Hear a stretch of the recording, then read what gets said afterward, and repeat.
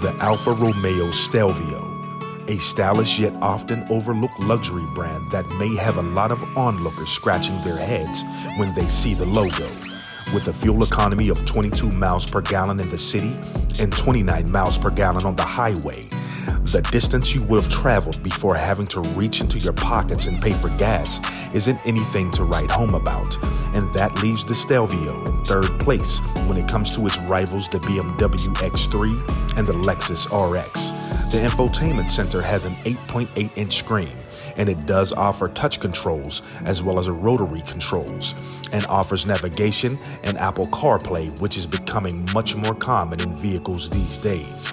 The interior does offer some dated but eye-catching style cues, but failed to impress me. Alfa Romeo is known for its performance and handling, and for an SUV, it does impress in that department and is beyond respectable, going from 0 to 60 in 5.5 seconds. However, the unusually thin steering wheel kinda threw me off, leaving first impressions a bit disappointing. Okay, here we are on the inside of the car, and right away I could tell you that the first thing I realized about this vehicle was the steering wheel is skinny as hell and very uncomfortable, very non-practical, and just not what I would like in especially an SUV. I feel like even more so because it's an SUV that the steering wheel will be thicker and give you some girth, something to grab onto when you're making tight turns and etc. But unfortunately, this steering wheel is super skinny. Reminds me of a kiddie ride in an amusement park on the little fake cars or something like that. But other than that, you know, this vehicle is honestly somewhat of a disappointment. I will say that the feeling of it when I'm driving it is a feeling of luxury. It does give you some nice dampening, you know, from all previous reviews. That's something that I always like to discuss and talk about, is the dampening of the vehicle. But I do have to say that it's just not what I was expecting.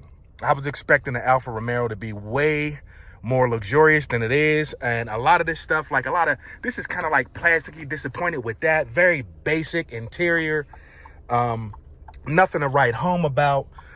It's, you know, it has, you know, your USB, your, you know, Bluetooth and everything like that you would expect, but it just feels soulless. The vehicle feels like it has no soul, and even the acceleration, it feels like it doesn't give you that airy feeling that like a lot of the other luxury brands give you when you're accelerating. You can actually, it feels a little rough on the acceleration, so it lacks that luxury feeling that you would want to feel. And just everything is a little kind of dated on the interior, on the inside, and it's just a disappointment overall, in my personal opinion. I will say that it's a rare car in my personal experience, so you will get some looks, because I still feel like a lot of people aren't really familiar with this car, but I can't personally recommend it. Even the buttons on the side here are like plasticky. There's nothing that really stands out and gives you that feeling of luxury at all. But, you know, it got some nice little design touches, as you can see right there. And overall, I like the fact that they have the start button. I've never seen that before. The start button is right there on the steering wheel. So I guess that's kind of cool. And I do love the large, you can't really tell from this video the way I'm filming it, but it has a very large sunroof that extends all the way to the back. So I think that's pretty cool to have in the summertime. Pretty roomy, I would say. The seats are very comfortable. I would say that the back of it is pretty big in terms of being able to do some grocery shopping, as you would expect in any SUV. But again, I'd have to say that I would not recommend this vehicle over other luxury brands SUV. In fact, it would be probably at the end of the pack. Just to show you guys the storage space.